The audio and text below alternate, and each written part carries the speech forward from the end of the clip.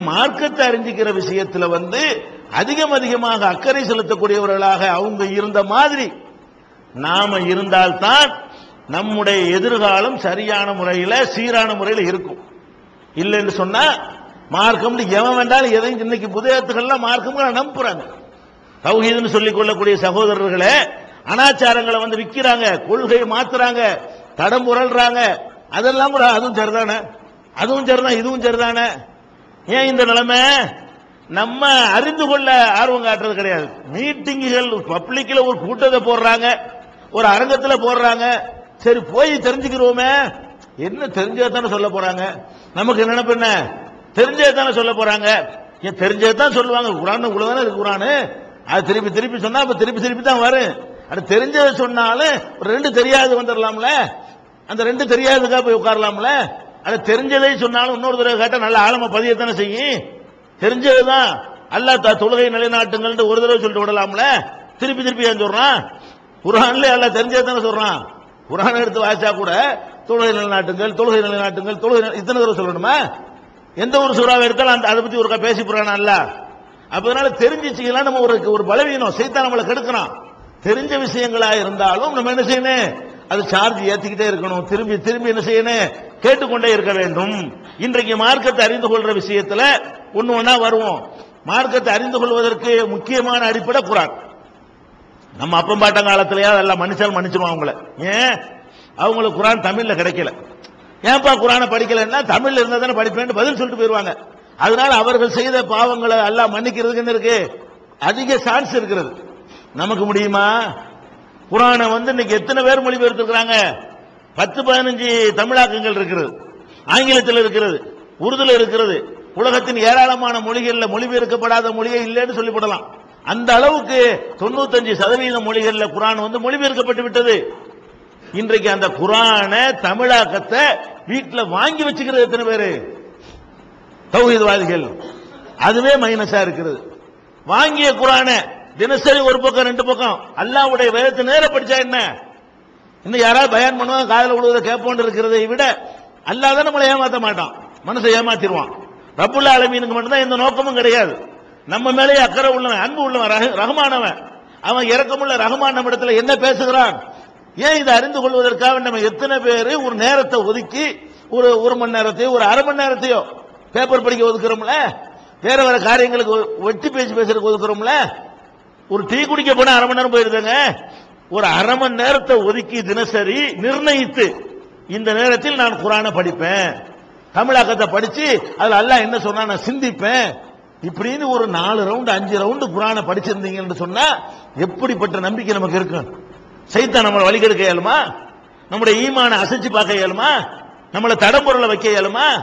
அதை செய்ய மாட்டாங்க. கிடைக்காத காலத்தில் அவங்க குர்ஆனை படிக்காம இருந்தாங்கன்னா கிடைக்கிற காலத்தில் கூட குர்ஆனை படிக்கிறது கிடையாது.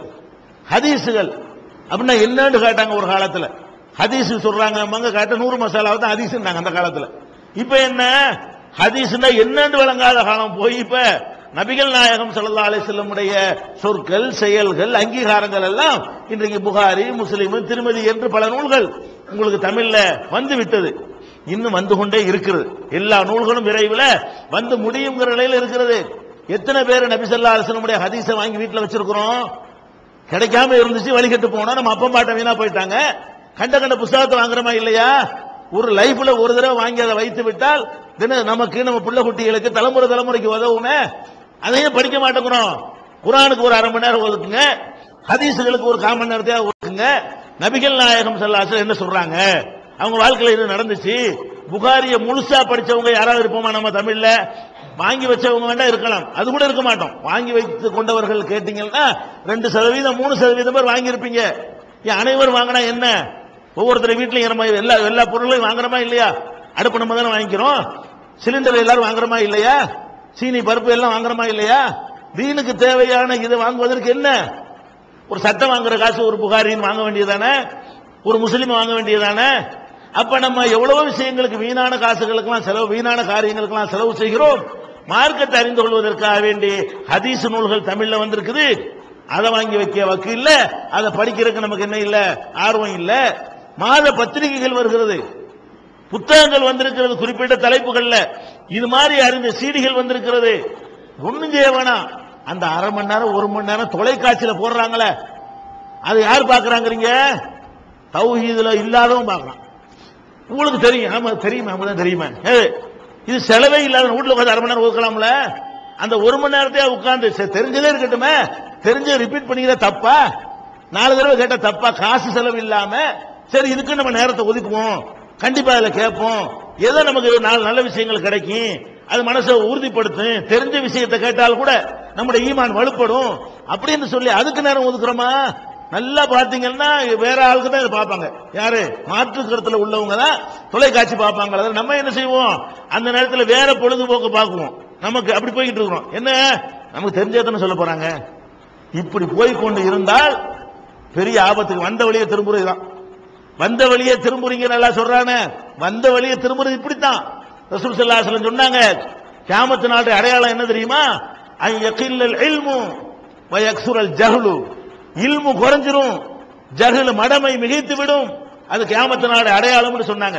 அப்ப உலக அழிவு நாளுடைய அடையாளமா இருக்கக்கூடிய வகையில இல்மு குறைஞ்சிக்கிட்டே வருது. மார்க்கத்தை அறியக்கூடிய அந்த ஆர்வம், அக்கறை, நேரம் ஒதுக்குதல், உழைப்பு எல்லாமே குறைந்து கொண்டு வர்ற காட்சி இன்னைக்கு பார்த்து கொண்டிருக்கிறோம். இந்த நிலை நீடிக்க கூடாது. நீங்கள் மனிதர்களை நம்பாம அல்லாஹ்வையும் அவனுடைய ரசூலை நம்புங்க. அவங்களுடைய போதனைகளோடு நேரடி தொடர்பு போய்ங்க. தக்லீது வேணாம், அவனை பின்பற்ற வேணாம், இவனை பின்பற்ற சொன்னா போதுமா? அதுக்கு தகுந்த மாதிரி உங்களுடைய அறிவை வளர்த்துக்கிற வேண்டாமா? உங்களுடைய ஞானத்தை நீங்களே அல்லாஹ் என்ன சொல்றான்னு பார்த்து புரிஞ்சு கொள்ள வேண்டாமா? அப்ப எதுக்கு எடுத்து ஆச்சரியத்தில் போய் கேட்கறது? ரொம்ப புரியாத 1-2 விஷயங்களுக்கு போகணுமே தவிர நீங்களே ஏன் அல்லாஹ்வுடைய வேதத்திலிருந்து படிக்க கூடாது? நீங்களே அல்லாஹ்வுடைய ரசூலுடைய போதனையிலிருந்து அறிந்து கொள்ளக்கூடாது? இந்த நிலையிலிருந்து நம்ம என்ன செய்யணும்? ஆராய்ச்சி பண்ணணும், சிந்திக்க வேண்டும். இப்படி மார்க்கத்தை அறிந்து கொள்வதற்கு அக்கறை செலுத்தினால்தான் நம்மளும் நம்முடைய தலைமுறையும் நம்முடைய சந்ததிகளும் இந்த ஏகத்துவத்தில் தௌஹீத் கொள்கையில நிலையாக இருப்பார்கள். இதை புரிந்து நடக்கிற நன்மக்களாக அல்லாஹ் நம்மை ஆக்கி அருள்வானாக. வாகிருதாவானாக. அன்பிற்குரிய சகோதரர்களே, அல்லாஹ் ரப்பல் ஆலமீன் தன்னுடைய வேதத்தை அருளும் பொழுதே முதல்ல வேதத்திலிருந்து வந்த வாசகத்தை எடுத்துக்கொண்டாலேயே இக்ர என்றுதான் ஆரம்பிக்கிறது. இக்ரன்னா படி, ஓது. வேற தொழுவு, நோன்பு வரலங்க. வேற விதங்கள் முதல்ல அல்லாஹ் எதை ஆரம்பிக்கிறான்?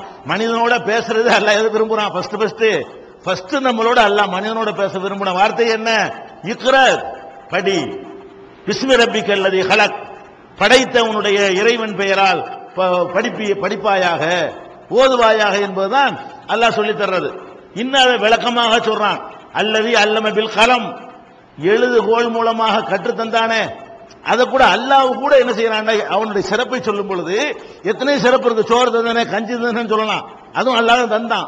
வானத்தை படைச்சனே, பூமியை படைச்சனேன்னு சொல்லலாம், அதுவும் அல்லாஹ் தான் படைச்சான். அவன் எதை பெருமையா சொல்லி காட்டுறான்னா, அடே உனக்கு எழுதுகோளை கொண்டு கற்றுத்தந்தானே, அந்த அல்லாஹ் சொல்றேன் படி.